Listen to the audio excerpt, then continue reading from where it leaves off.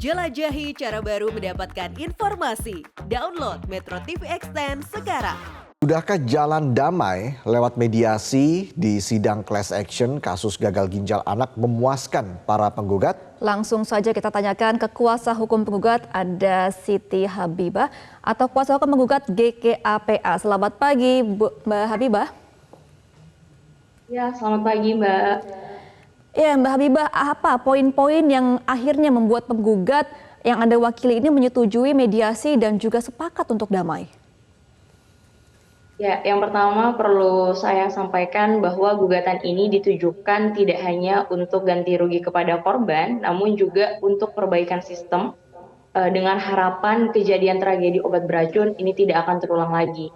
Berkaitan dengan apa yang kemudian meyakinkan para korban, itu adalah adanya itikat baik dari tergugat.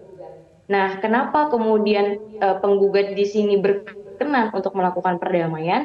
Karena dari pihak tergugat itu mengajukan proposal perdamaian kepada kami, sementara perusahaan lainnya mereka sama sekali tidak mengajukan proposal perdamaian dan tidak menawarkan damai, malah mereka mengajak untuk melakukan pembuktian terlebih dahulu. Seperti itu, Mbak. Isi proposalnya isi dari proposal itu apa saja, Mbak Habibah, dan kompensasinya seperti apa yang dipenuhi?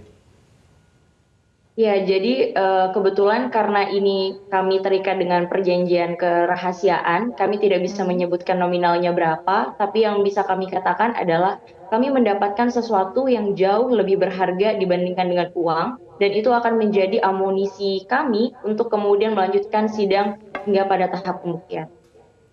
Ya Mbak Habibah, apakah di setiap korbannya ini jumlah kompensasinya itu berbeda-beda atau disamaratakan?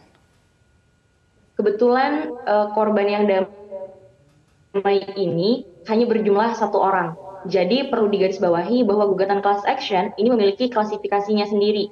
Jadi kebetulan yang damai ini adalah wakil kelompok 3 yang mengkonsumsi obat sirup produksi PT Universal Pharmaceutical. Jadi karena hal itu, maka yang berhasil damai dengan penggugat 1 adalah para perusahaan farmasi yang merupakan supplier dari PT Universal Pharmaceutical. Jadi tidak ada pembagian secara merata karena korbannya memang cuma 1, jadi ganti rugi tersebut langsung diberikan kepada korban yang bersangkutan. Oke, sebelum kita membahas soal kompensasi ini lebih jauh ya Mbak Habibah, kita dengarkan dulu keterangan dari Kementerian Kesehatan berikut ini.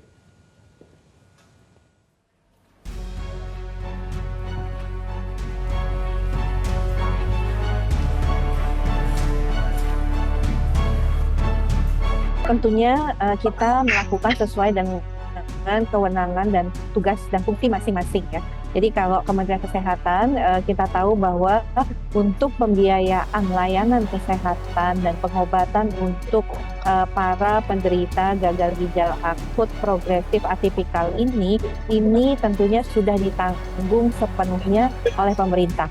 Jadi pasien-pasiennya tidak perlu membayar sama sekali, sudah langsung didaftarkan dalam pembiayaan BPJS dan pemberian pengobatan atau layanan kesehatan ini diberikan sampai dengan pasien dinyatakan betul-betul sembuh.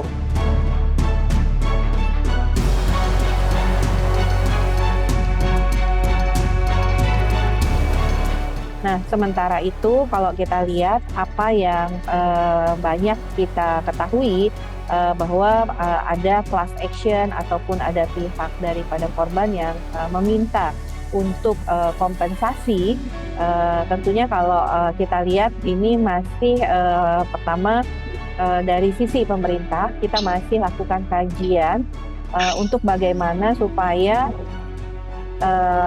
kompensasi yang diminta ini bisa dilakukan sesuai dengan aturan yang ada. Ya Mbak Habibah, tadi kita dengarkan bersama ya keterangan dari Kementerian Kesehatan yang ternyata juga masih merumuskan ini soal kompensasi yang diterima oleh korban. Tanggapan Anda seperti apa Mbak Habibah? Ya, saya ingin sedikit menanggapi soal seluruh biaya yang ditanggung oleh BPJS, itu yang pertama ya. Mengatakan bahwa semua biaya ditanggung oleh BPJS, faktanya ada salah satu klien kami yang menunjukkan salah satu bukti tagihan yang dikeluarkan oleh rumah sakit hampir 500 juta rupiah kepada perusahaannya, Padahal klien kami ini sudah menggunakan BPJS. Waktu mediasi kami sudah mengkomunikasikan dengan Kementerian Kesehatan kenapa ada hal seperti ini.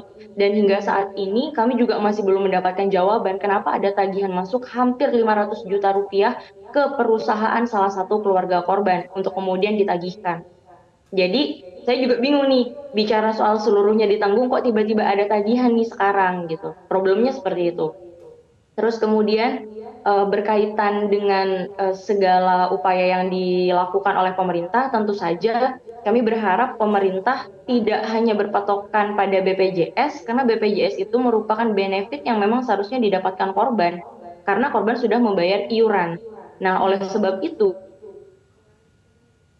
seharusnya Kemenkes di sini melaksanakan rekomendasi yang sudah dikeluarkan oleh DPR RI pada tanggal 2 November 2022. Apa? Yaitu mengalokasikan anggaran khusus untuk bisa untuk bisa dianggarkan demi mengupayakan kesembuhan kepada korban dan memberikan perawatan terbaik pada korban. Saya yakin bahwa rumah sakit di Indonesia itu masih memiliki cara untuk menyembuhkan korban yang saat ini menderita penyakit penyerta akibat gagal ginjal. Namun karena aksesnya hanya terbatas pada BPJS, sehingga ini menyulitkan korban untuk mendapatkan pengobatan yang lebih baik. Jadi kami sangat berharap mohon untuk Kementerian Kesehatan agar segera mendiskusikan dan mendesak supaya hal ini menjadi atensi yang lebih progresif lagi, karena selama ini di mediasi pun kami hanya dijanjikan sedang dikomunikasikan, sedang dikoordinasikan. Kami tahu memang birokrasi itu memang sangat rumit prosesnya, cuma kan ini ada ikhwal yang genting nih, jadi mohonlah jangan terlalu lama di birokrasi. Kami mohon untuk eksekusinya dapat segera dijalankan, seperti itu Mas. Ya, Mbak Habibah, tapi sejauh ini di luar rumah sakit BPJS ya, apakah sudah ada rumah sakit lainnya yang meyakini dapat menyembuhkan para korban ini yang terkena gagal ginjal? Saya tidak tahu itu, karena sejauh ini para korban juga tidak pernah melakukan itu, berhubung mereka juga memiliki keterbatasan dana. Oleh karena Kemenkes yang paling mengerti dan paling tahu rumah sakit mana yang kemudian memiliki fasilitas yang cukup untuk memberikan pengobatan kepada korban, maka kami harap dari Kementerian Kesehatan lah yang mengupayakan dan mengkoordinasikan hal tersebut. Karena dari beberapa korban itu tidak semua alat ditanggung oleh BPJS itu dapat mereka akses. Ketika mereka datang ke rumah sakit untuk mengakses obat yang katanya di cover oleh BPJS, Paskesnya kadang mengatakan lagi kosong, lagi tidak ada. Jadi mereka harus beli sendiri gitu. Nah, itu juga harus dipastikan soal ketersediaannya. Seperti itu. Oke, artinya ini masih ada 6 yang belum melakukan mediasi begitu ya, belum memberikan kompensasi. Ini kedepannya seperti apa, Mbak Habibah? Ya, jadi karena kebetulan pada tanggal 18 kemarin Hakim sudah menyetujui hasil mediasi. Bagi yang damai, Hakim mengatakan mereka bisa dikeluarkan dari gugatan, dan bagi yang masih belum mencapai kesepakatan damai masih dilanjut dengan proses selanjutnya. Maka oleh karena itu tugas kami hari ini adalah melanjutkan proses persidangan dan membuktikan serta mengungkap fakta yang sebenar-benarnya berkaitan dengan tragedi obat beracun ini. Jadi kami akan terus maju pada proses persidangan selanjutnya. Ya, Mbak Habibah, persidangan selanjutnya ini kapan dan agendanya apa? Dan apa yang sudah dipersiapkan oleh pihaknya Mbak Habibah? Ya, jadi kami akan memberikan revisi yang sudah kami sampaikan kepada Majelis Hakim. Nanti agenda sidangnya pada tanggal 25 Juli, yaitu hari Selasa.